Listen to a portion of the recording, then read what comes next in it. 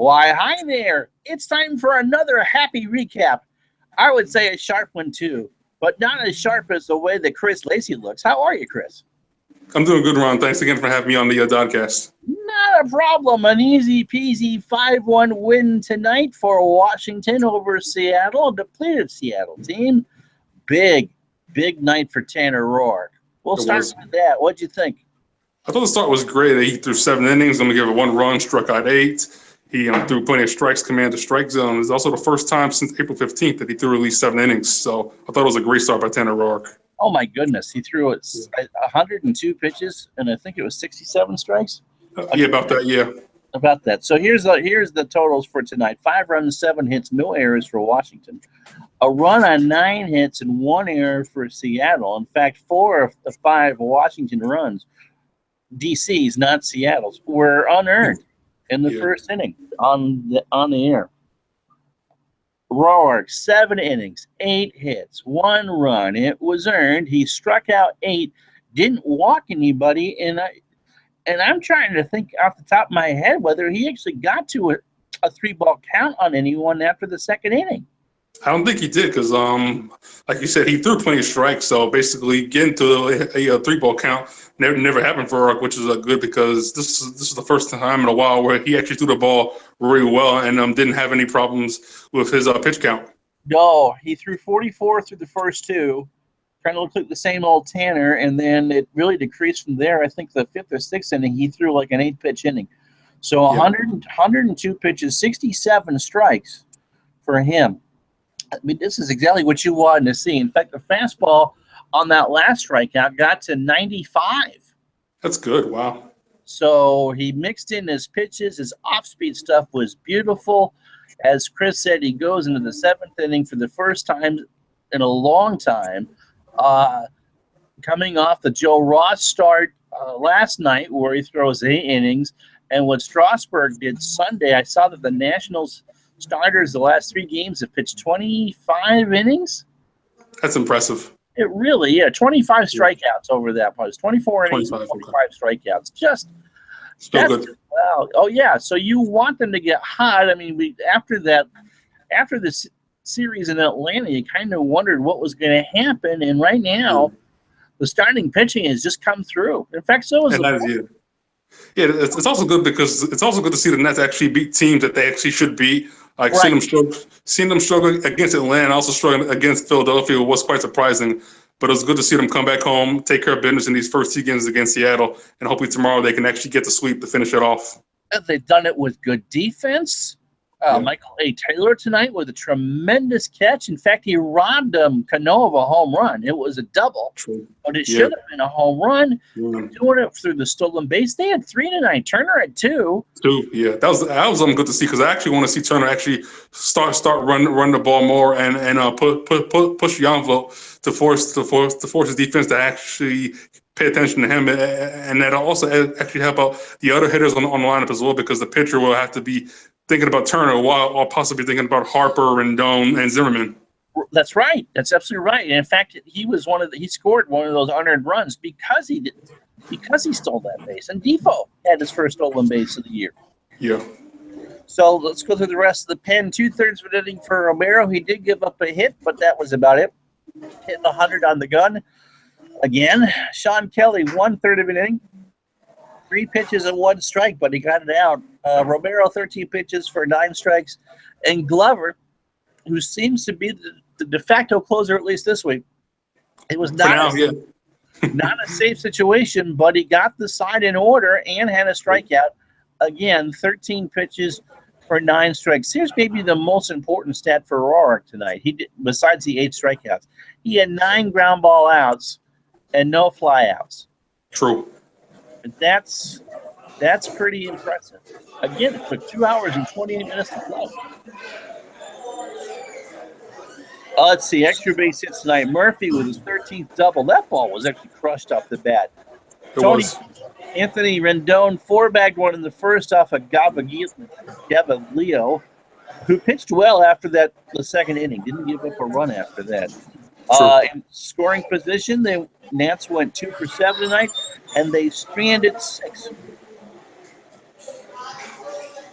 All in all, good times had by everyone. Elsewhere in the division, let's see. Philadelphia is getting pounded 7-0 in the 8th inning by Colorado at home.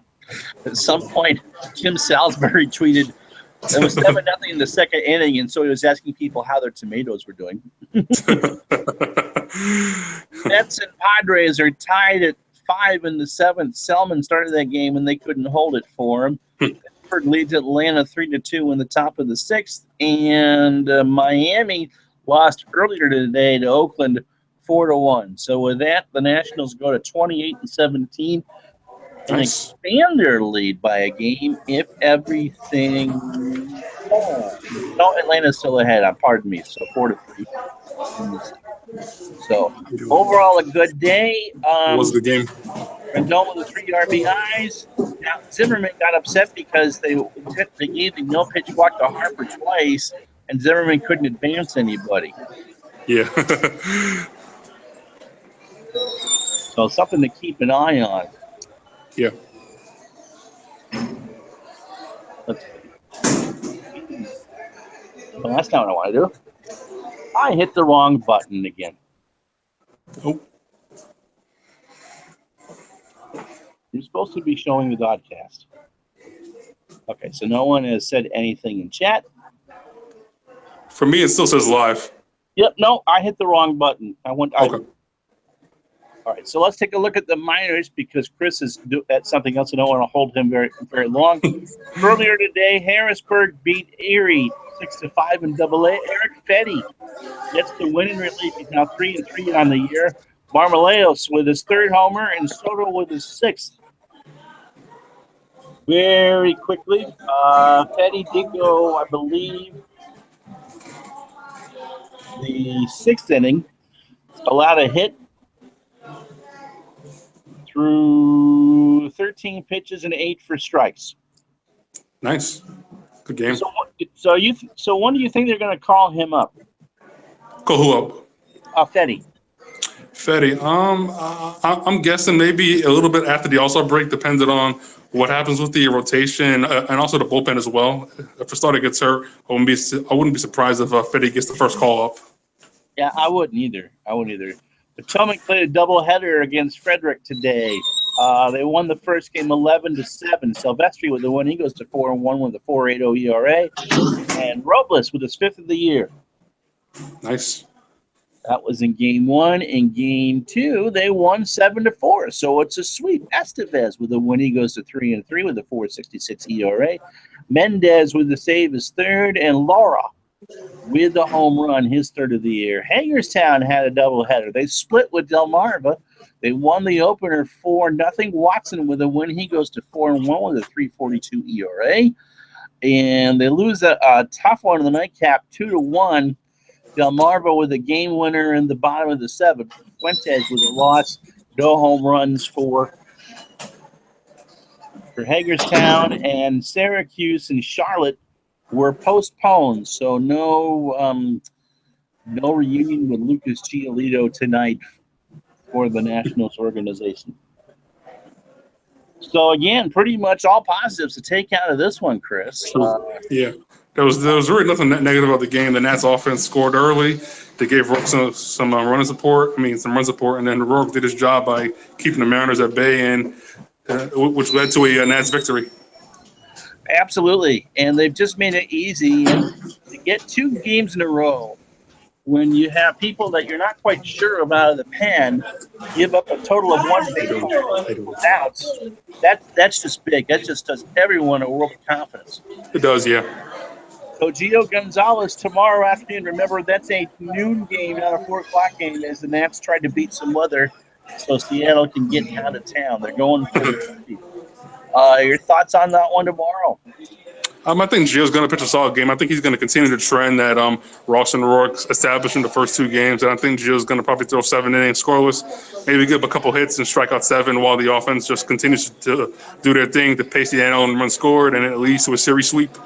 Well, hopefully they get that one in. They're trying to move it up. The same storm is actually hitting Cincinnati, and they are actually delayed right now in the 5th inning. Yeah. So hopefully they get that in because it's not easy for a team to make the trip across country again to play True. one game, and I it's know. much too early to be saying, we'll only play it if it matters. You Yeah. don't want that. You don't want that now. All right, so today I did 2 stories. Let's see, the first one was on Joe Ross's big return last night, and the other one that we ran today was why they need to re-sign Matt Wieters. Pedro Severino is not having a good year down on the farm, and Wieters is just tearing the cover off the ball. He now is 11. Yeah, we just hitting well. Yeah, 11-game hitting streak, and he's hitting close to 400 at Nationals Park. Yeah. So, all right, so tomorrow we'll have a draft profile up, and I'm not sure what else we're doing, but that's what we got going on for you. So, Sounds good. yeah, it should be good. You can give this a like on YouTube and subscribe. We do this after every game day. You can follow us on Twitter at District on Deck. Give us a like on Facebook. We don't fight there. And, of course, the website is districtondeck.com. Or Chris Lacey, who's got to go back to whatever it is he's doing. And Ricky, I'm Ron Juckett. I will talk to you tomorrow afternoon. Until then, have a good night. Good night, everyone.